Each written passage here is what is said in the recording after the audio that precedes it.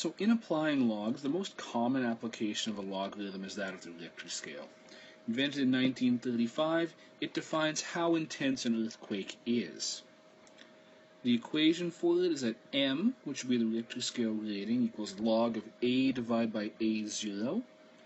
A is the amplitude of the actual ground motion, how high the ground actually shakes, and a0 is the standard intensity of an earthquake. So question A, 1946, we had an earthquake off of Vancouver Island that was 10.73 times of A0.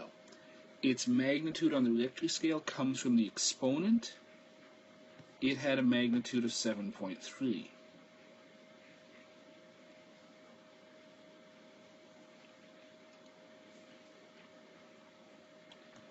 B,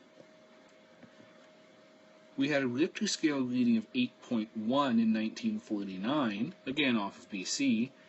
How many times as great as A0 was it? It was 10 to the power of 8.1.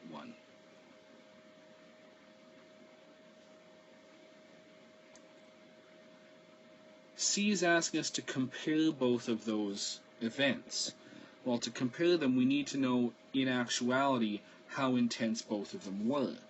So with C, we need to take the bigger earthquake, which would be the 8.1, which had an intensity of 10 to the 8.1, divide that by the smaller one, and we'll see how many times greater it actually was.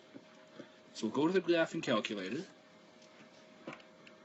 We'll see how intense 10 to the 8.1 actually is. So we'll clear that out. 10 to the power of 8.1 is significantly massive. 125,892,541. Do the same with 10 to the 7.3. Significantly large, but not as large. 19,952,623.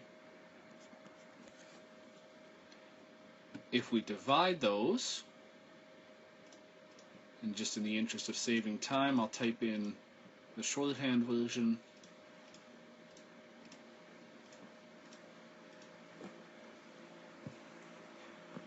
We get basically 6.3.